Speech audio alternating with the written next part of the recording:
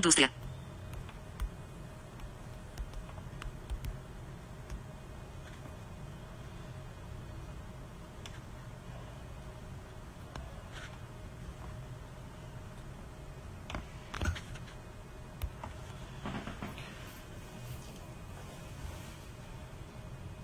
Oi, boa noite, pessoal.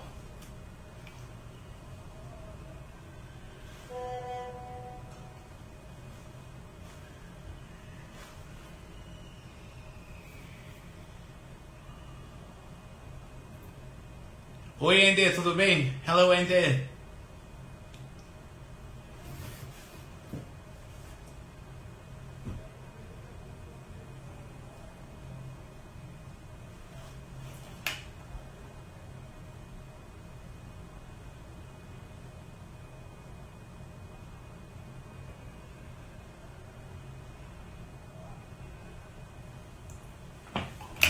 Hello, Mark. How you doing?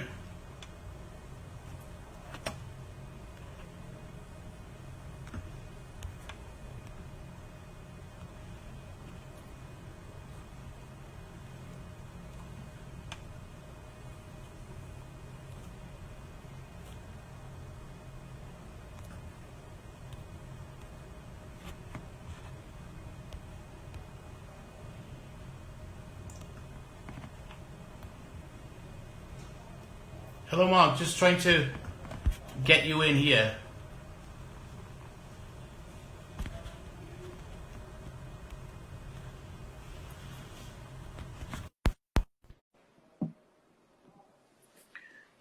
Go. Well, Here we go. Here we go. You know, Excellent.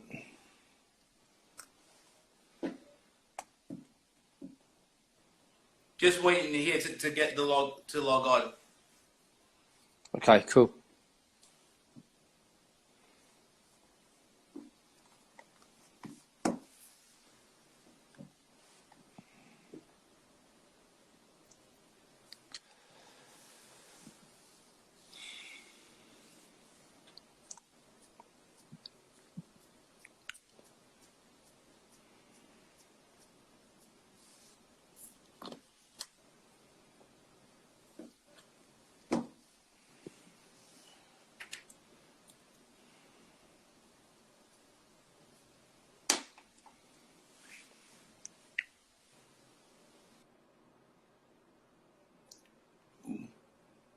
Pessoal, a gente está tendo um problema aqui que ele não conseguiu entrar. He wasn't able to get in. Let me try it again.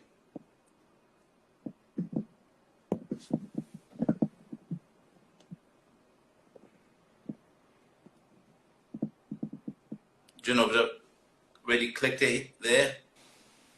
Mark. Yes, I'm here. Twist the camera, Mark. Like that? Yeah, great. Hang on. Is that cool? The other side. Okay. Okay. All right, cool. Hang on. I was trying to get a good picture. It's okay. Hang on.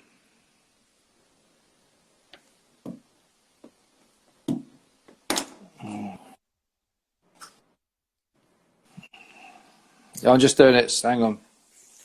All right.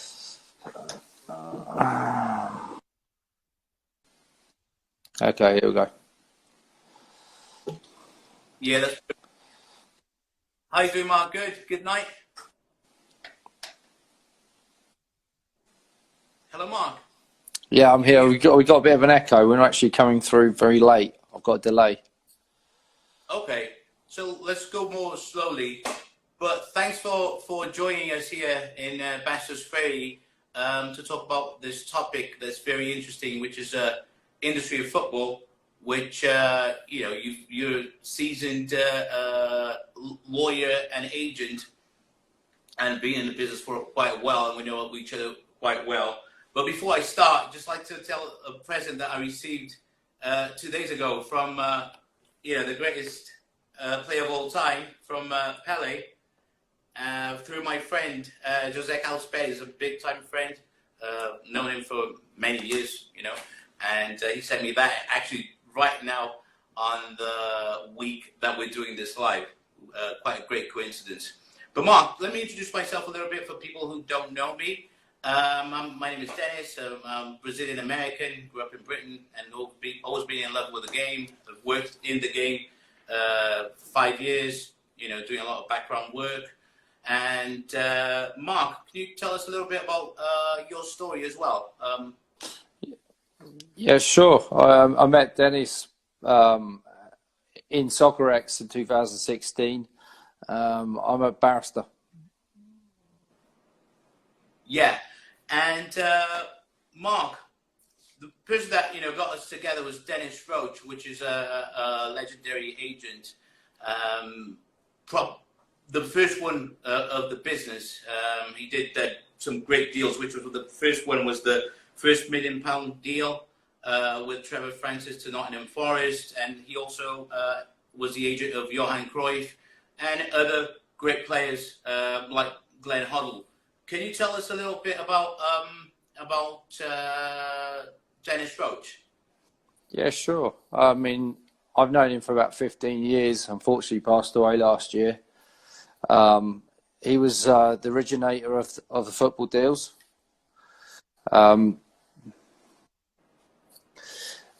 He's always been a really solid guy, very strong on ethics.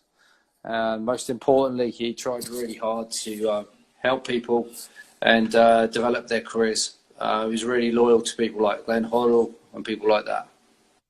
Okay. And Mark, what made you actually get into the business of football? Everybody likes football, but only a few of us actually get into the business. What made you actually get into the business? In all fairness, it was Dennys. I mean, he used to sell carpets, and I used to sell water sports equipment. He knew I was studying for the law, and he just came along on one day and he said, "You're wasted. You should become a football agent." So he challenged me to go and pass the football agent's license ticket, and it all worked out right. Okay, great. And Mark, talk about on the years that I've known you, you've always talked about academies and so forth.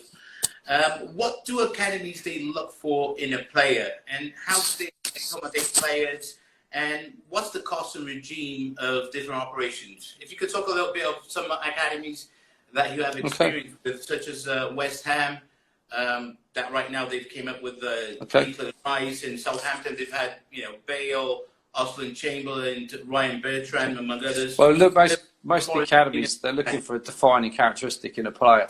So when they look to a player, they want to know what they're going to do.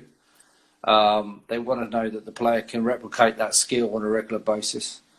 And you've obviously got different levels at the clubs. So I do a lot of work with West Ham at the moment, particularly with the West Ham Foundation, which is very helpful because there's no training compensation or solidarity payments attached to a player that learns their trade with them. But also it means there's eyes on them, which is really important. They get to play games, and more importantly, they're able to progress with some education to make sure, particularly if it's a foreign player, that they can learn English and also get their core skills together. Meanwhile, they get the training, the ability for going to other clubs, and I'm able to push their level. So I'm doing some work with Crawley Town at the moment, where I can really find out if a 16-year-old, 18-year-old's got what it takes. Okay. What about Forest Green as well, Mark? Can you talk a little bit about Forest Green? Yeah, sure. I mean, they're a unique club because they've taken on a very strong environmental stand. Their owner owns a renewable power company, and the bottom line there is that what they're trying to do is find young players from the southwest, around the Bristol area, whatever, and give them a chance to actually play. But they're also open to bringing in players from abroad. Okay. That's what I was referring to. That, yeah. Okay, and Mark, what's the importance of an agent? Some people think that they're not all that important. Others, we that know the football business know that they're extremely important. And how is the transfer made? How's the process, and how the work is like? What's the fees, the costs, the amount of work that you actually got to put in? Some people think that it's actually easy to do that. And how does it take to take care of the player's career and his life altogether? Can you tell us about the process? Well, I mean, the agents, he's the interface between the club, the player, and ultimately the football, the regulating bodies, making sure that it can actually be, the transfer can actually go very smoothly. It's really important that the legal obligations are complied with. Many agents don't understand that. That's one of the things that makes it pretty unique for the way that I work. I always look to have a player, agent and club that direct with me so that I can actually facilitate the whole thing. It's so important that everything's crystal clear and there's a direct link between all. And the most important thing is clarity and ethics, and that everybody involved understands the nature of the deal and the wants of the player, but more importantly what the club requires. And it's very important that you make the deal, but importantly is what happens in 2 months' time, a year's time. For me, the ultimate test is if the club comes back to me and says, thank you very much for bringing that player. What else have you got? He's been a massive benefit to what we've done, not just on the pitch, but around the training ground and within the group. And Mark, what advantage also do you have? Because we're here in the law office, and you're a barrister. Can you talk a little bit about the advantage that you have over other agents in that work of being a specialist not only in football but also being a specialist in the law? Well, I think the key thing is that it means that I can work around the clock. So when there is an opportunity to close a deal, and it might be the case that there's an injury and it's last minute, I can actually get the work done. So I can exercise all the paperwork. I can make sure that the contract is absolutely perfect. I can do the negotiation. I can change the terms and conditions. I can do that all in-house. More importantly, I'm able to send that out to everybody for signature and execution, and can do that very quickly and find out if there's any problems with international transfer certificate, player's passport or TMS. So it allows me to have a flexibility that other agents wouldn't have and would have to use like normal office hours. So the advantage it's given is in pretty much all the deals that I've done, the player's been able to be signed in the morning and within 24 hours been able to go out on the football field and play. And that obviously is very pleasing to a manager who has got a problem that needs to fix. Okay. And then Mark, can you talk us about like the lower end? Well, we're going to talk about now, Brazilian players going to the Premier League. The known ones, national team ones, such as Bobby Firmino, Gabriel Jesus, Thiago Silva, Alisson, they all have a pretty much clear route, play for the national team, get contracted and so forth. What about, unknown players that might have a passport, don't have the passport, they haven't got the feasibility of an agent or an access to a good club? How can they actually go over there and make it into being a professional in or the Premier League or in the Championship? Okay, well, the famous Brazilian players that have come here, obviously they'd have created a CV for themselves at the highest level in international football. With regards to the lower level players who want to make that move, it's very important to try and get some sort of link to Europe to help with a passport. This will probably get a little bit easier with Brexit because European players had always had an advantage coming to the UK because they pretty much have a European passport, gave them the freedom of movement into the country. But now it's going to be more of a level playing field once that legislation comes through. The key thing is that the player needs to conform with a government body endorsement. South American countries tend to have the lowest threshold on that, which means if they can get involved with the national team at any level, that gives them some credibility. Then once they've been scouted properly, and normally that's the process of at least 6 scouts having watched at least 2 live games for each player. Once they've actually got to that point, what the government body endorsements, which are set with the Home Office for bringing players into the UK, there's an exception, and that's on exceptional talent. Basically, the club then has to argue with the use of his agent that the player is better than what they've already got, and that they can't find that talent domestically within the UK or Europe. And on that basis, then we can actually work to bring the player in. A good example of that was Richarlison, who was signed at Watford, And on the appeal process, he was able to get it come in. Obviously, he did very well at Watford, and then was moved to Everton, where he's gone on and excelled. And that's at the highest level. But you can use the same model for the younger players, and because ultimately the academies work at a lower threshold, and no one really knows where the player's going to go. But if the talent is there, and there's some link to Europe, and the support from the families, the agents, and the backers, then if the scouting is correct and the videos are produced and they actually watched, and the clubs in this country want that, particularly the Cat 1 ones, which are like your big clubs, or some clubs like Sunderland that still hold a Cat 1 academy, then ultimately there is a way in for these players. Okay. Well, Mark, let's talk a little bit now about football clubs setup. We got different types of management on clubs. Some clubs are bigger than others. Other ones they get funded by oligarchs. Others they are traditional. They get foreign owners, but they still work on a budget. And then we have some very good cases. So if you could tell us a little bit, like the traditional clubs, sort of Arsenal, Liverpool, that they work on a very tight budget, but they do a very good work, or like sort of your home club, Bournemouth, which did an exceptional job of going from the lower leagues into the Premier League and staying there for a long time, and you worked very closely with Eddie Howe.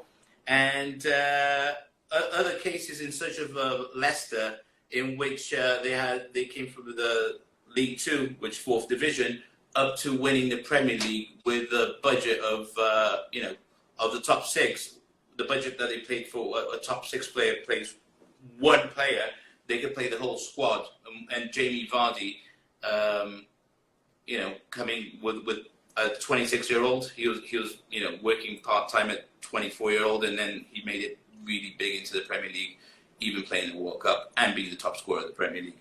Can you tell us a little bit, and also about Wolves, now that they have this partnership with super agent Jorge Mendes and his Jesse Philp, which now is starting 11 of just Portuguese players. Can you tell us a little bit about that? Sure. I mean, I think the thing is that from the outside, it can always look like it's been money and investment that's got these clubs to where they are. If you take the example of Bournemouth, Maxim Denin was a Russian owner who came in and gave the injection. But the reality is that it was about a really strong plan. They were at the brink of leaving the Football League, and then within 7 years, they brought themselves up to the Premier League and had 5 seasons at that level. And the key thing was that the players that actually did that were the stalwarts of the team, and didn't matter how many players they bought.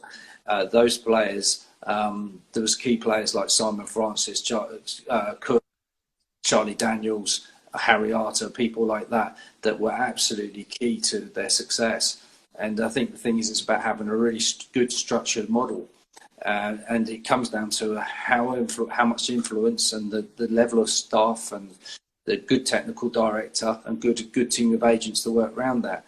So if you look at what's happened at Wolverhampton Wanderers, Jorge Mendes and his Just Food company have gone in there and are able to produce the top talent that they can bring in from Portugal and bring them in there with their own manager in Nuno, and then actually use that as a platform to develop those players and then sell them on to other clubs, which you're seeing happening now. So it's phase 2 at this point now, that those players have now got Premier League experience, scored many goals, had many appearances in European football last year with that extraordinary long campaign in the Europa Cup. And as a consequence of that, are able to be exported anywhere on the planet to the highest level of teams, as you've seen with Liverpool's recent signing of Jota. So it's quite an interesting time in football, particularly in the UK, because it's so strong in terms of its global brand. But the thing is, it's a platform, and the thing is that any club can rise from the ashes, but they need to do it by having a proper strategy. Okay, and then Mark, through these club setups, what we're viewing now across different leagues and across the world, really, we have Citigroup, which its main club is Man City FC, and then they have New York FC, and they have Adelaide FC, and they got over 10 clubs all over the world, even one in the second division of Spanish football. And also we have the case of Red Bull, which they're doing a great marketing, in which they have Red Bull Salzburg, Red Bull Leipzig. They have here in Brazil, they acquired Bragantino, which is a small but traditional club, and they're doing pretty well. And they also have New York Red Bulls. How do you view this tendency in world football? How does this tap into talent across the world? And how does this, say Red Bull Leipzig plays with Red Bull Salzburg in the Champions League, how would that, affect a little bit? Okay. What's your take on that?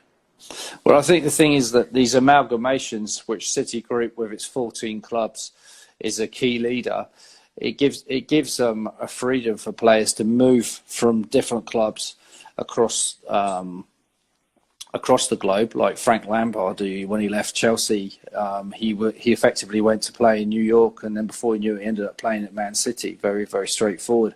At the end of the day, the player is part of the group, and he can move across. And I think that allows a freedom for players, and also a freedom for clubs to develop players. So if you've got a young player who requires help with a passport or such like, he can be played perhaps in Belgium or somewhere like that, and then it can make the transition to come to the UK or any other market. The thing is that sometimes they've got these stock of players, and in the present crisis with COVID-19, the fact that you've got players that you know all about, and you've got their full medical history, you know exactly what's going on, you know what their conduct is, their character, you can be very sure about the kind of player that you want, and it gives a level of certainty that perhaps you don't have on an international transfer. Also, you've got control on the paperwork, because at the end of the day, if there's any issues, disciplinary, age, debt, or problems with like third-party ownership, which is supposed to be outlawed but still exists.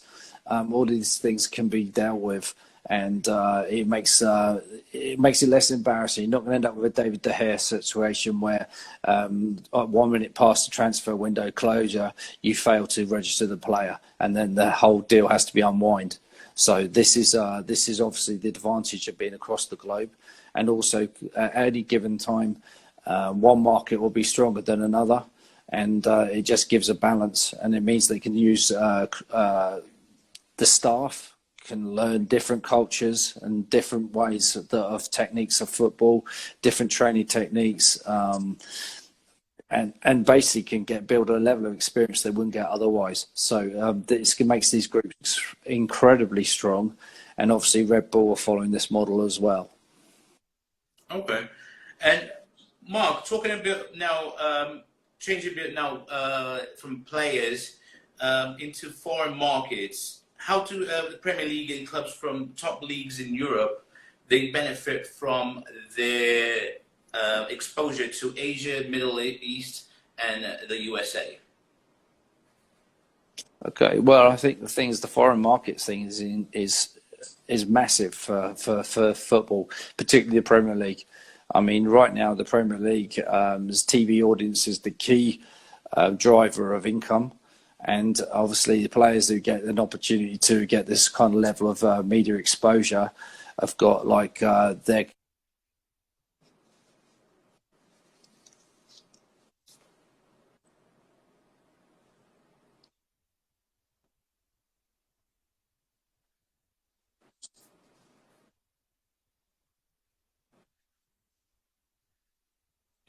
Mark, we're cutting off there.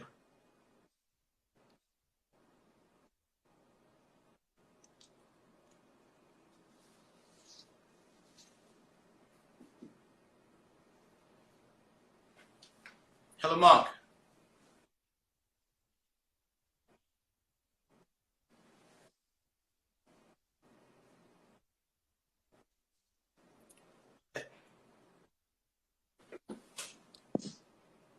Hello, Mark.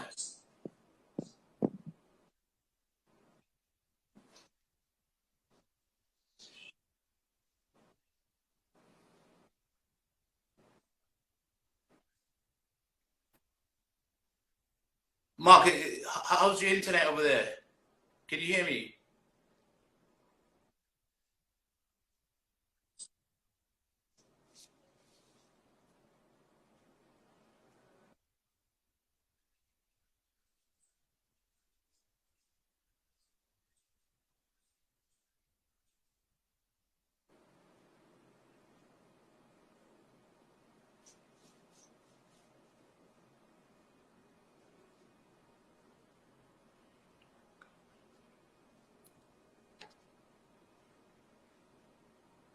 Hello, Mark.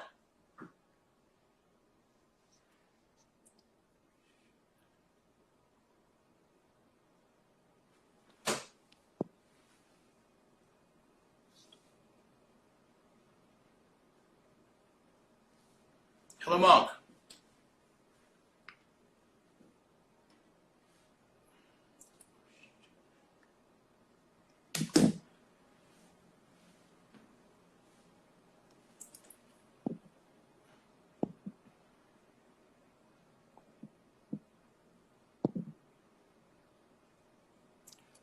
Let me just log off and log on again, okay?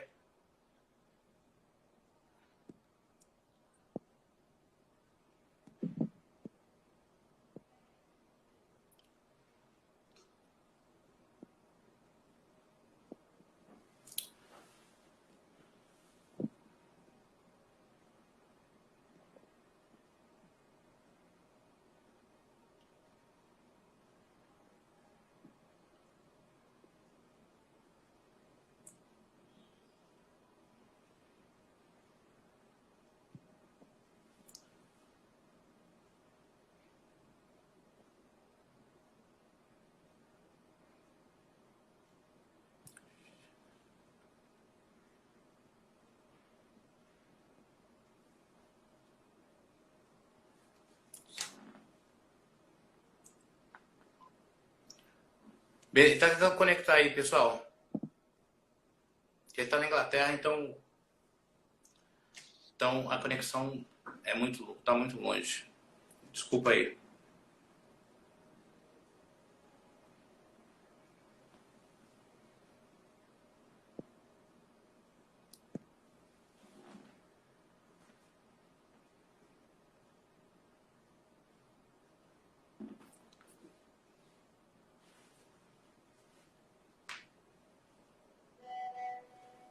Okay, Mark.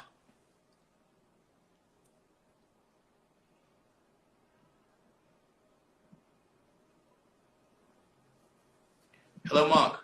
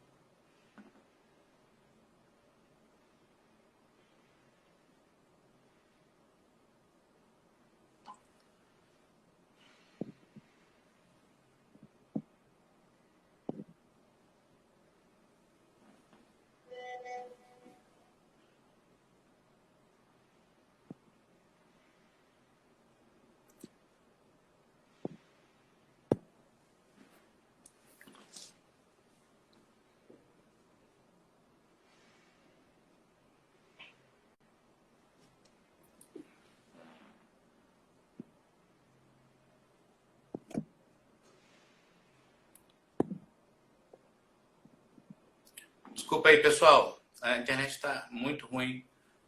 E acho que é lá na Inglaterra, viu?